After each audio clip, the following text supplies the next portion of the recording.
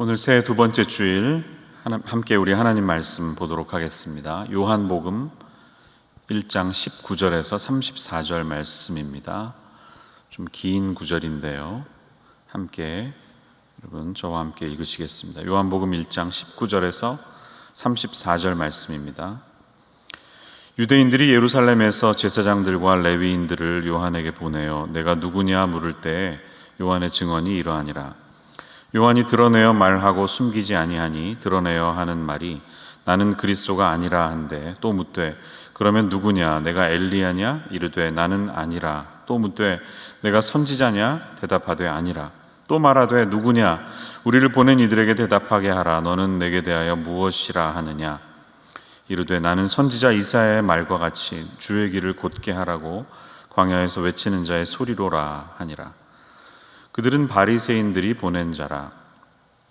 또 물어 이르되 내가 만일 그리스도도 아니요 엘리야도 아니요 그 선지자도 아닐진데 어찌하여 세례를 베푸느냐. 요한이 대답하되 나는 물로 세례를 베풀거니와 너희 가운데 너희가 알지 못하는 한 사람이 섰으니 곧 내 뒤에 오시는 그이라. 나는 그의 신발끈을 풀기도 감당하지 못하겠노라 하더라. 이 일은 요한이 세례를 베풀던 곳 요단강 건너편 베다니에서 일어난 일이니라. 이튿날 요한이 예수께서 자기에게 나오심을 보고 이르되 보라 세상 죄를 지고 가는 하나님의 어린 양이로다. 내가 전에 말하기를 내 뒤에 오는 사람이 있는데 나보다 앞선 것은 그가 나보다 먼저 계심이라 한 것이 이 사람을 가리킴이라. 나도 그를 알지 못하였으나 내가 와서 물로 세례를 베푸는 것은 그를 이스라엘에 나타내려 함이라 하니라. 요한이 또 증언하여 이르되 내가 봄에 성령이 비둘기같이 하늘로부터 내려와서 그의 위에 머물렀더라. 나도 그를 알지 못하였으나 나를 보내어 물로 세례를 베풀라 하신 그 이가 나에게 말씀하시되 성령이 내려서 누구 위에든지 머무는 것을 보거든 그가 곧 성령으로 세례를 베푸는 이인 줄 알라 하셨기에 내가 보고 그가 하나님의 아들이심을 증언하였노라 하니라. 아멘. 네, 여러분 한 주간 잘 지내셨나요? 네.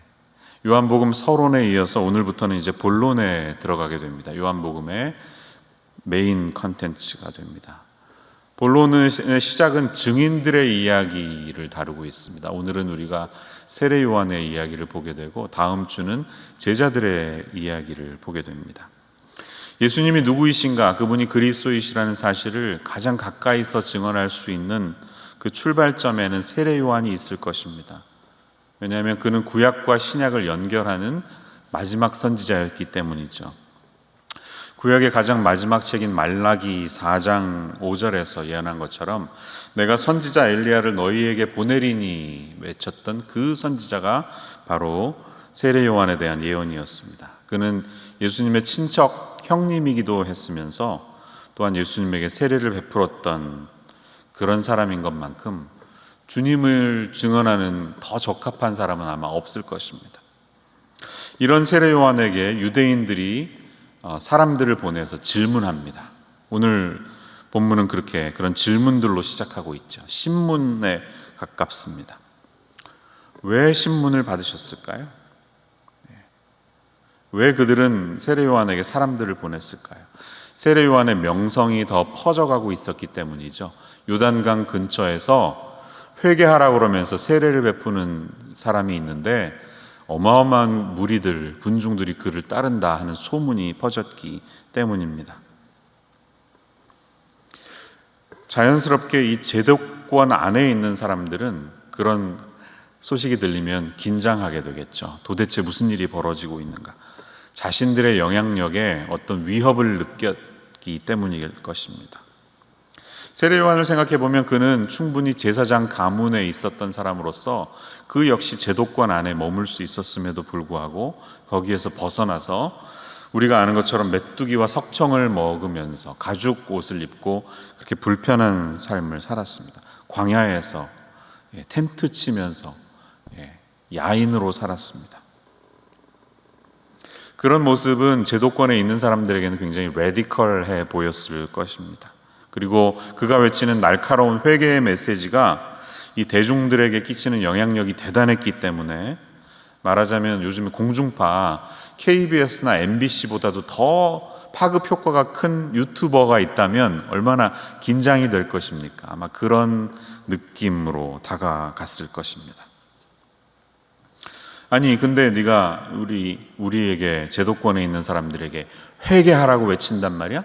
네가 뭔데? 네가 어떤 자격이 있는데 회개하라고 그렇게 외치는 거야? 이런 질문들을 하고 싶었을 것입니다. 그래서 네가 그리스도냐? 네가 메시아냐? 아니면 네가 엘리야냐? 네가 선지자냐? 이런 질문을 하는 것은 넌 도대체 뭔데? 너는 어떤 사람인데? 라는 질문이라는 것이죠. 여기에 대해서 요한은 선명하게 대답하고 있습니다. 우리가 오늘 보는 것입니다. 본문의 20절을 보십시오. 요한이 드러내어 말하고 숨기지 아니하니 드러내어 하는 말이 나는 그리스도가 아니라 이렇게 말합니다. 또 그는 자기에 대해서 뭐라고 말합니까? 23절 보니까 나는 광야에서 외치는 자의 소리다. 이렇게 자기 자신에 대해서 말하는 것을 볼 수가 있습니다. 하나는 부정적인 나는 무엇이 아니다였고요. 하나는 무엇이다. 이렇게 자기 자신의 정체성을 나타냈다는 것입니다. 이렇게 세례 요한은 자신의 정체성을 분명히 드러냄으로써 내가 그리스도의 오실 길을 예비하는 사람의 역할을 온전히 감당할 수 있었습니다. 주님을 온전히 높여드릴 수 있었습니다. 자, 우리 모두도 그렇게 살아야 하는데요. 예수님의 길을 준비하고 주님만을 높여드리는 그런 사람으로 살아야 하는데요. 오늘 본문에서 세례 요한처럼 그런 사람이 되려면 우리가 어떻게 해야 할까요? 어떤 마음의 자세를 가져야 할까요? 이것이 제가 드리는 질문입니다. 오늘 두 가지 정도로 볼 텐데요. 첫 번째로 우리는 자신의 부르심과 역할을 분명히 이해하고 있어야 하는 것입니다. 세례 요한은 분명히 그렇게 했다는 것입니다. 여러분, 인생에서 가장 아름다운 사람은 자기가 있어야 할 자리를 분명히 알고 있는 사람이라고 하는 말이 있죠. 제가 좋아하는 가요의 가사 중에 풍경이라는 노래가 있습니다. 옛날 시인과 촌장의 하덕규, 지금 목사님이 되셨는데 하덕규 씨가 불렀던 노래입니다. 세상 풍경 중에서 가장 아름다운 풍경, 모든 것들이 제자리로 돌아가는 풍경, 이런 가사입니다. 그 가사를 참 좋아합니다. 내가 서야 할 자리를 알고 있어야 할 자리를 알고 그 자리를 지키는 것만큼 아름다운 풍경은 없습니다. 서야 할 자리에 서 있지 않다가 아름답지 못하게 밀려나는 경우들을 우리는 많이 보게 되지 않습니까? 이와 마찬가지입니다. 우리의 인생을 통해서 정말 드러나시고 나타나셔야 할 분이 있다면 예수님이신데요. 그분만이 드러나셔야 하는데 오늘 우리에게 주신 하나님의 말씀은 그것입니다. 예수님 앞에서 우리는 다 주연이 아니라 조연이 되어야 한다는 것입니다. 세례 요한의 모습처럼 예수님을 높이 올려드리는 모습이 있어야 한다는 것이죠. 우리는 장미가 아니라 안갯꽃으로 살아야 한다는 것이고 그리스도가 우리 인생의 주연이 되셔야 한다는 말씀이라는 것입니다. 여러분, 오늘 본문이 무엇에 대해서 주목하고 있는지를 보시기 바랍니다. 요한의 핵심 메시지는 나는 그리스도가 아니라는 것입니다. 제발 나를 주목하지 말라는 것이에요. 그게 20절의 말씀이었고요. 나는 소리에 불과하다 이렇게 표현한 게 23절의 메시지였습니다. 여러분, 이 소리라는 것은 무엇을 의미할까요? I am the voice of one crying out in the wilderness. 물론 이사야 선지자의 예언 그대로 이루어진 것인데 여러분, 소리라는 것은 무엇인가요? 소리를 내는 존재가 있지 않습니까? 저라는 존재가 있기 때문에 저를 통해서 이 소리가 나가는 것이 아닙니까? 소리는 일종의 미디엄에 불과합니다. 그 사람의 인격을 표현하는 도구에 불과합니다. 어떤 중요한 사람이 인터뷰를 한다면 막 기자들이 몰려오겠죠. 그래서 이 사람들을 막 찍기 시작합니다. 그런데 그 사람 앞에 있는 마이크가 어느 방송사 것인지는 별로 중요하지 않지 않습니까? CBS인지 MBC인지 ABC인지 팍스인지 사람들은 그것을 주목하지 않습니다. 그 사람을 주목하죠. 이와 마찬가지입니다. 나는 단지 미디어일 뿐이다. 이 예수님을 나타내기 위해서 세워져 있는 미디어일 뿐이다. 이렇게 요한은 자기 자신에 대해서 말하는 것입니다. 나는 절대로 그리스도가 아니다. 그는 이렇게 자기 자신을 분명하게 규정짓고 있는 것을 우리가 볼 수 있는 것입니다. 여러분, 공관복음을 읽어보면 요한복음과 마찬가지로 이 세례 요한을 비중 있게 다루는 것을 우리가 볼 수가 있는데요. 마태, 마가, 누가의 앞부분에 다 나오죠. 하지만 다른 복음서와는 조금 요한복음은 분위기가 좀 다릅니다. 세례 요한을 이사야서가 외쳤던 광야에서 외치는 자의 소리다 하는 것은 사복음서가 다 똑같습니다. 또 예수님의 신발끈을 풀기도 감당하지 못한다는 이 27절의 고백도 다른 장면에도 다 등장합니다. 하지만 요한복음에는 다른 복음서에는 나타나지 않는 고백이 있는데요. 그것이 바로 나는 그리스도가 아니다라는 고백입니다. 물론 누가복음에 보면 모든 사람들이 요한을 혹 그리스도신가 심중에 생각하니라는 3장 15절의 구절이 있지만 이때 세례 요한은 굳이 아닙니다. 나는 그리스도가 아닙니다 라고 대답하지 않습니다. 하지만 이 요한복음에서 세례 요한은 두 번씩이나 나는 그리스도가 아니라고 이렇게 분명하게 말하는 것을 우리가 볼 수가 있다는 것이죠. 그리고 예수님을 지목해서 예수님이 하나님의 아들이다 라고 증언하는 것을 봅니다. 다른 복음서들에서는요, 하늘에서 내려온 성령과 하나님의 음성이 예수님이 하나님의 아들이심을 증언하고 있는데, 여기에서는 세례 요한이 직접 예수께서 자기에게 나오심을 보고 보라 세상 죄를 지고 가는 하나님의 어린 양이로다 라고 29절에서 선포하는 것을 봅니다. 이 하늘에서 내려오는 비둘기처럼 내려오는 성령을 직접 목격한 것도 바로 세례 요한이었다고 말합니다. 그뿐만이 아닙니다. 그는 자기 제자들에게 다시 반복해서 내가 그리스도가 아니라고 확인해 주고 있습니다. 요한복음 3장 28절을 보면 나오는데요. 여러분 이제 나중에 볼 텐데, 제자들이 물었을 때 나는 그리스도가 아니다, 그의 앞에 보내심을 받은 자라고 한 것을 증언할 자는 너희니라, 자기 제자들에게 말해주는 세례 요한의 모습이 등장하고, 이 장면이 있은 후에 그의 제자들이 세례 요한을 떠나서 예수님께로 갑니다. 자, 이런 장면들이 우리에게 가르쳐 주는 게 무엇일까요? 이것은 중요한 것은 세례 요한이 아니라 예수님이시다, 그리스도이시다라는 것을 요한복음이 매우 강조하고 있다는 것을 우리가 볼 수가 있는 것이죠.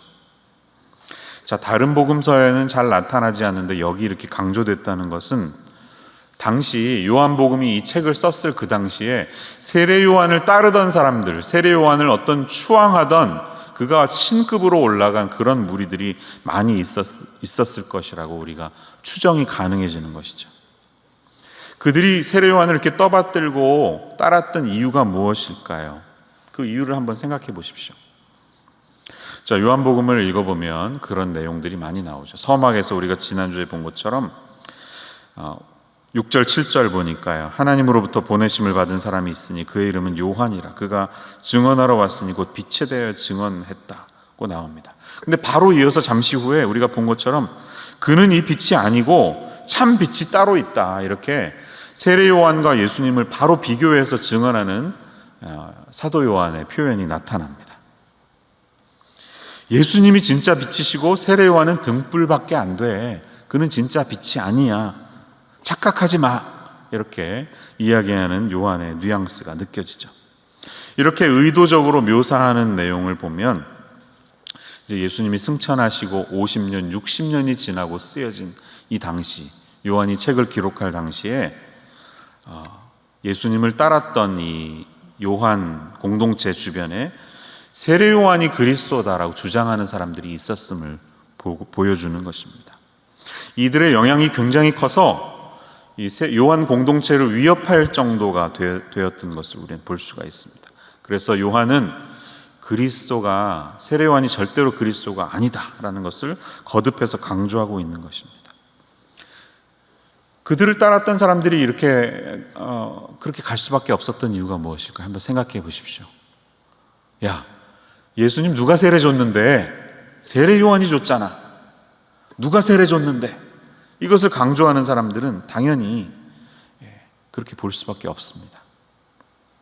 그러다 보니까 마태, 마가, 누가에는 등장했던 세례 요한이 예수님 세례 주는 장면이 요한복음에는 등장하지 않는 것이죠. 여러분, 이런 일들은 실제로 일어나는 것입니다. 지금 우리가 볼 땐 상상이 안 되죠. 그러나 성경을 보면 그런 무리들이 서서히 일어나고 있던 것을 우리가 볼 수가 있습니다. 사도행전 한번 생각해 보십시오. 여러분, 아볼로를 기억하시죠? 언변이 좋고 성경에 능통한 사람이었는데요. 여러분, 사도행전 지금 제가 읽어드리면 18장 25절에 보면 그가 예수에 관한 것을 자세히 말하면서 가르쳤는데 그는 요한의 세례만 알 따름이었다, 이렇게 나타납니다. 요한의 세례밖에는 배운 적이 없었던 사람이었습니다. 그 이후에 보면 바울이 에베소에 갑니다. 거기서 만나는 사도행전 19장에 사람들을 만나는데 이 사람들이 성령이 계심도 들어본 적도 없고 우리는 요한의 세례만 받았다고 이야기하는 장면이 나타납니다. 그래서 거기에서 바울은 예수 그리스도의 이름으로 이들에게 세례를 주는 것을 볼 수가 있죠. 이 초대교회 당시에도 세례 요한이 차지한 위치가 보통이 아니었음을 우리는 보는 것입니다. 여러분, 세례 요한은 얼마든지 자신의 위치를 드러내놓고 자랑할 수 있는 사람이죠. 내가 엘리야다, 내가 예수님 세례 줬다라고 드러낼 수 있는 사람이었다는 것이죠. 자기가 이렇게 말렸는데도 불구하고 그를 따르는 사람들은 후대의 역사를 보면 세례 요한을 추종하는 세력들이 이렇게 많았던 것을 우리가 볼 수 있는 것입니다. 여러분, 이 사람에 대한 숭배가 얼마나 무섭습니까? 조금만 파워가 있으면, 조금만 영향력이 있으면 자기를 사람들이 막 떠받들 때 그 유혹에 넘어가지 못해서 넘어지는 경우가 얼마나 많이 있습니까? 어떤 기독교 단체가 이단으로 몰리는 경우에, 이단 단체가 되는 경우에 대부분의 경우는요, 그 자신이 예수님 자리에 올라가는 사람이 있기 때문입니다. 제가 예전에 어떤 통계를 보니까요, 대한민국에 내가 재림 예수다, 재림 메시아다라고 주장하는 사람이 56명이나 된다는 통계를 본 적이 있습니다. 여러분, 내가 누구에게 세례받았는가 그거를 너무 따지지 마세요. 내가 아무개 목사님에게 세례받았어. 사실 그게 중요한 것은 아닙니다. 중요한 것은 어떤 사람의 이름으로, 누구의 이름으로 세례를 받았는가. 성부와 성자와 성령의 이름으로 세례를 받죠. 예수님의 이름으로 세례를 받는 게 중요한 것이 나를 누가 세례 주었는가, 세례자가 누군가가 중요한 것은 아니라는 것이죠. 이 사실을 기억하십시오. 이 간극에 우리가 잘 서 있지 못하면 어떤 사람이 우상이 될 때가 많습니다. 사람이 떠받들어질 때가 있습니다. 우리는 그런 것들을 조심해야 한다는 것입니다. 세례 요한은 끝없이 그 사실에 대해서 조심했다는 사실을 우리가 볼 수 있는 것이죠. 우리가 세례 요한에 대해서 한 가지 더 볼 수 있는 사실은요, 여러분, 아웃라인에 있는 것처럼 자기가 육신적으로는 예수님보다 먼저 태어난 형이었지만 존재론적인 시간으로 보면 예수님이 그보다 훨씬 먼저 계셨던 선제, pre-existence, 선제하셨던 분이라는 사실을 잘 이해하고 있습니다. 그래서 오늘 30절 말씀을 보세요. 내가 전에 말하기를 내 뒤에 오는 사람이 있는데 나보다 앞선 것은 그가 나보다 먼저 계심이라 한 것이 이 사람을 가리킴이라, 이렇게 말하고 있는 것을 우리가 발견합니다. 굉장히 좀 어렵죠. 무슨 말이야 싶습니다. 이럴 때 이제 영어를 보면 또 쉬운데요. 그는 이렇게 말하죠. 30절 보면 After me comes a man who ranks before me because he was before me. 예수님이 자기보다 랭킹이 앞섰기 때문에, 예수님이 자기보다 랭킹이 앞섰기 때문에 내 뒤에 오는 사람이 나보다 앞선 분이다, 이렇게 그것을 분명히 기억하고 있는 것입니다. 이해가 되시죠? 이 말씀 어디서 본 것 같지 않습니까? 네, 지난주에 봤습니다. 15절에 나왔어요. 그렇죠? 1장 15절 보시면 똑같은 말이 있잖아요. 왜 이것이 반복이 될까요? 같은 말이 왜 반복이 되었을까요? 여러분, 중요하기 때문입니다. 저자 요한이 이것을 강조하기 위함입니다. 이것이 요한복음의 핵심과도 같은 내용이라는 것이죠. 예수님이 선제하신 하나님이셨다, 시간보다 앞서 계셨던 분이었다, 창조자였다는 사실, 서론에 보여준 것을, 오늘 주제인 것을 다시 한번 보여주었다는 것입니다. 시간적으로는 세례 요한이 예수님보다 먼저 태어났죠. 여러분 잘 알고 계시죠? 누가복음 1장에 보면 세례 요한과 예수님의 탄생 이야기가 등장하죠. 엘리사벳이 먼저 배를 배웠고 나중에 마리아가 아이를 배웠는데요. 이런 내용이 나오죠. 보라, 내 친족 엘리사벳도 늙어서 아들을 배웠느니라. 본래 임신하지 못한다고 알려지니가 이미 6달이 되었나니. 천사가 마리아에게 해주는 이야기가 있습니다. 그러니까 6개월 먼저 태어난 친척 형이었다는 것입니다. 그럼에도 불구하고 자기는 내가 친척이면서 형님이라는 사실을 강조하지 않고 예수님이 나보다 먼저 계신 분이었다는 것을 여기 보여주고 있는 것이에요. 여러분, 예수님은 시간이 태어나기 이전에 계셨던 분인 것을 우리가 분명히 다시 한번 기억할 필요가 있습니다. 지난주에 보았던 8장 58절 다시 한번 볼까요? 기억나시죠? 아브라함이 나기 전부터 내가 있느니라. 예수님이 이렇게 과감하게 강조하셨는데요. 여기에서 내가 있느니라는 말에는 I am 이라고 써 있습니다. Before Abraham was born, I am. I was가 아니에요. I had been도 아니에요. I have been도 아니에요. I am. 에고 에이미. 이건 무슨 뜻일까요? 나는 시간이 시작하는 그 아브라함 2000년 전에 그 시간보다 먼저 있었고 지금도 존재하는 그런 사람이다. 예수님이 자기 자신을 드러내셨다는 것이죠. 이게 중요합니다. 세례 요한은 그것을 뼈저리게 느끼고 있고요.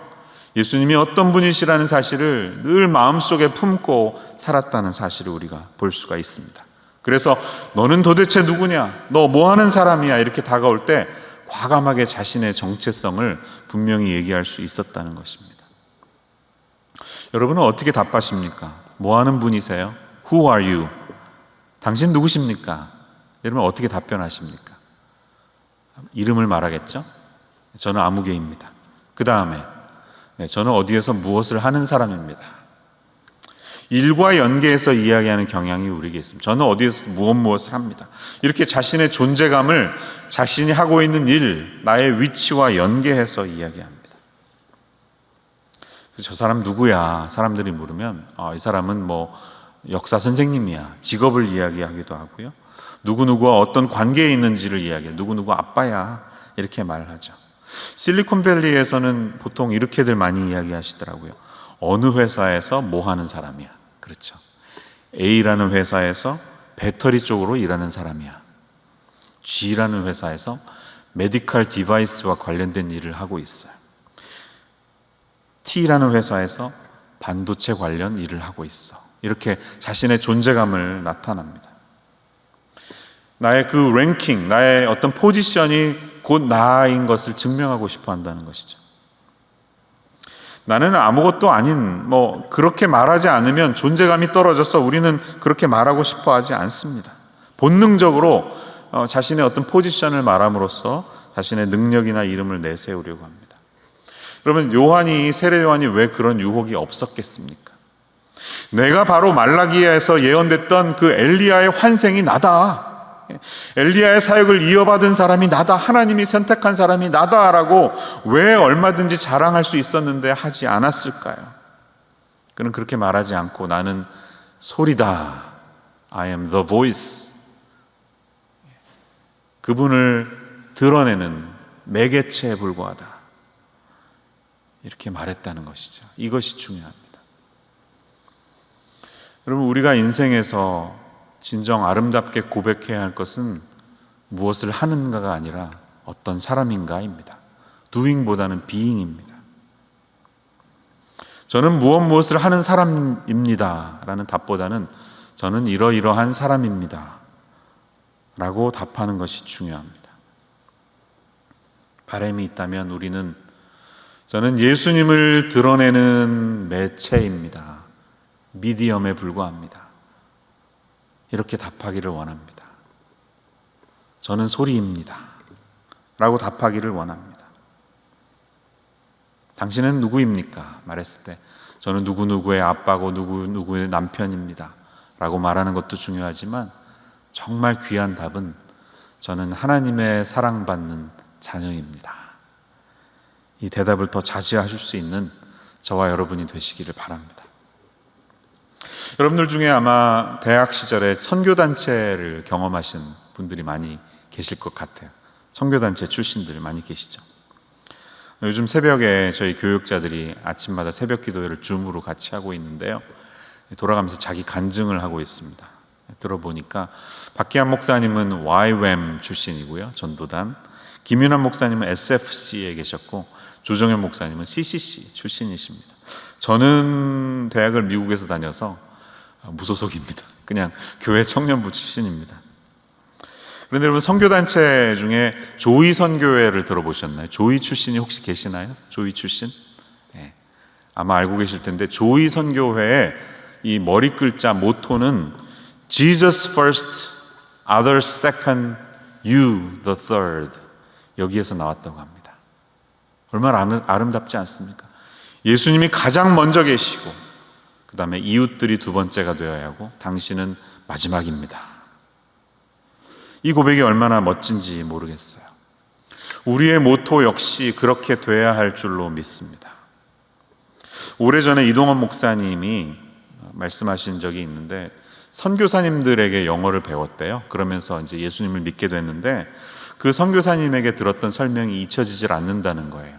크리스찬이 무엇입니까? 물었을 때, 크리스찬이라고 하는 사람은 이렇게 고백할 수 있는 사람이라는 거예요. Christ is everything and I am nothing. 그리스도가 모든 것이고 나는 nothing이다 라고 하는 사람인데, 크리스찬이라는 단어를 분석해 보면 Christ라고 하는 단어 뒤에 IAN이 붙죠.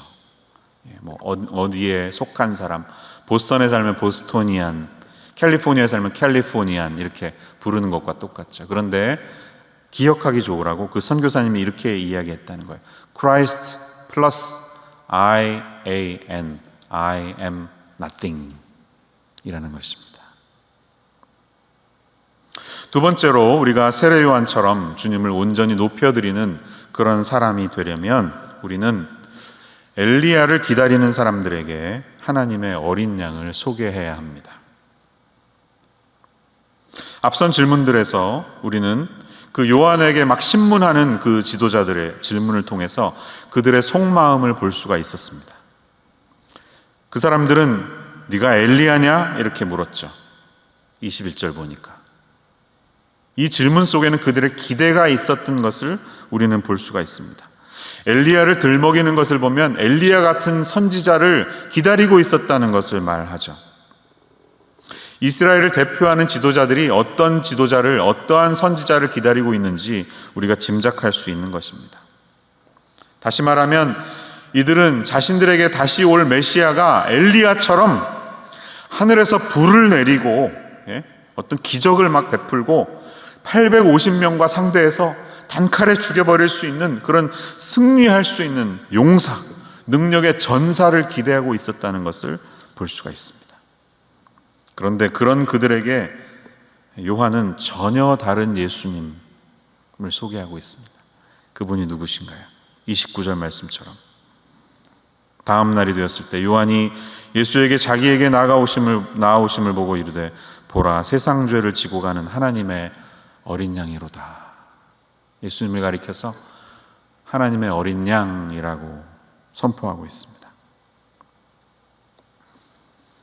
세상 죄를 지고 가는, 더 정확히 말하면 세상 죄를 없이 하는, who takes away the sin of the world, 세상 죄를 없애버리는 어린 양으로서의 그리스도를 말하고 있습니다.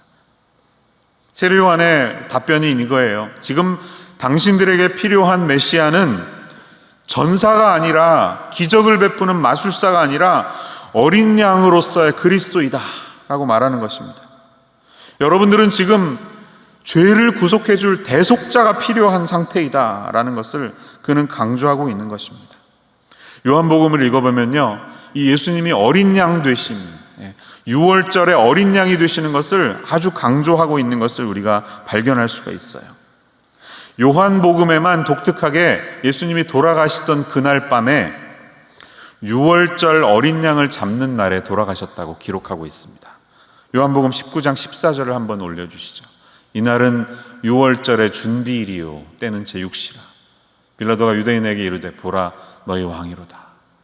예수님 돌아가시는 그날이 유월절이었음을, 예수님이 그 어린 양이 되셨음을 강조하고 있습니다.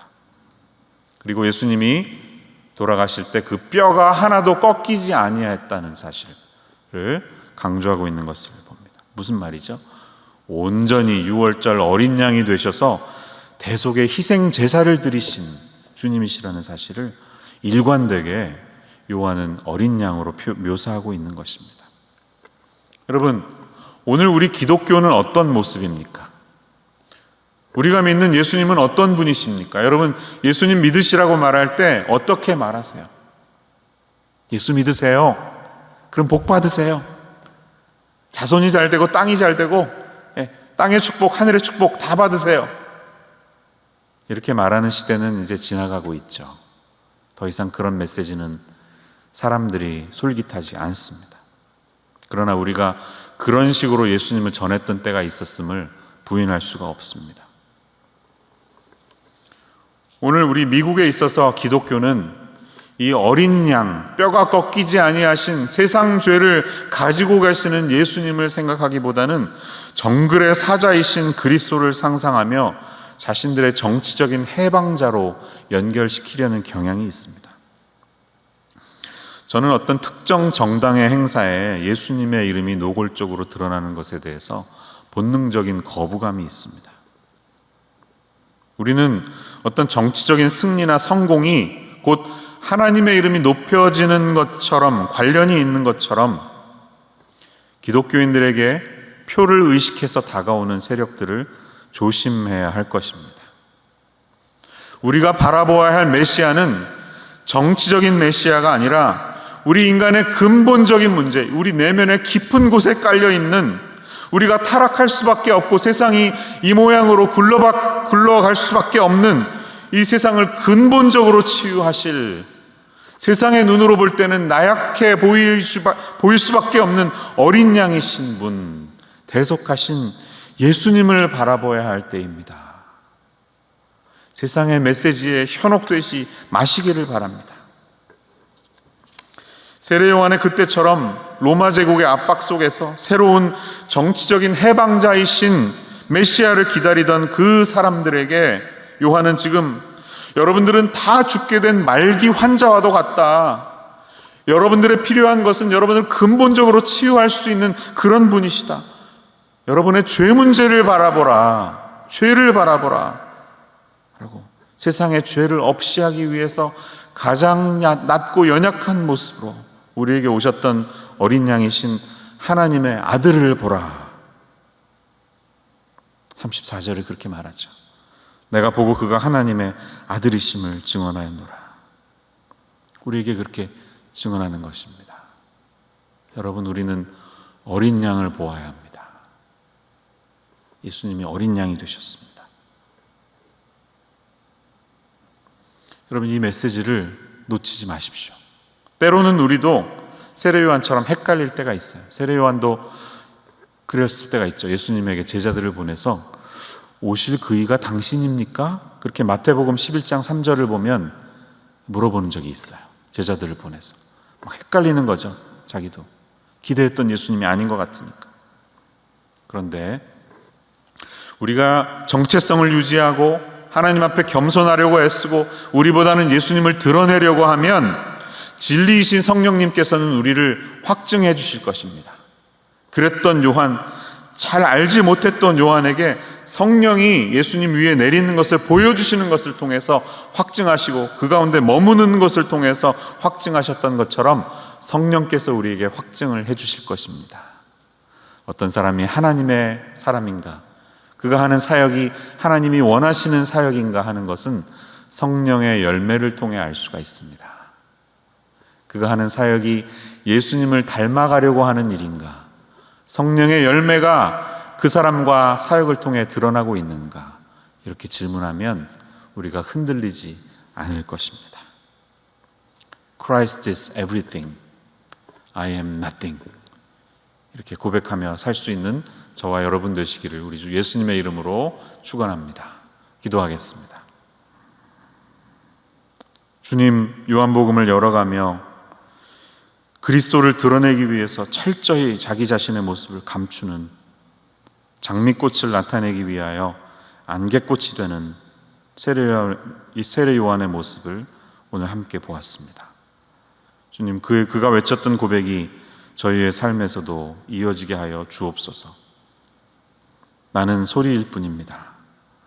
주님을 온전히 나타내는 매체일 뿐입니다. 절대로 저를 숭배하지 마십시오. 이렇게 고백할 수 있는 우리들 모두가 되게 하여 주옵소서. 예수님의 이름으로 기도합니다. 아멘.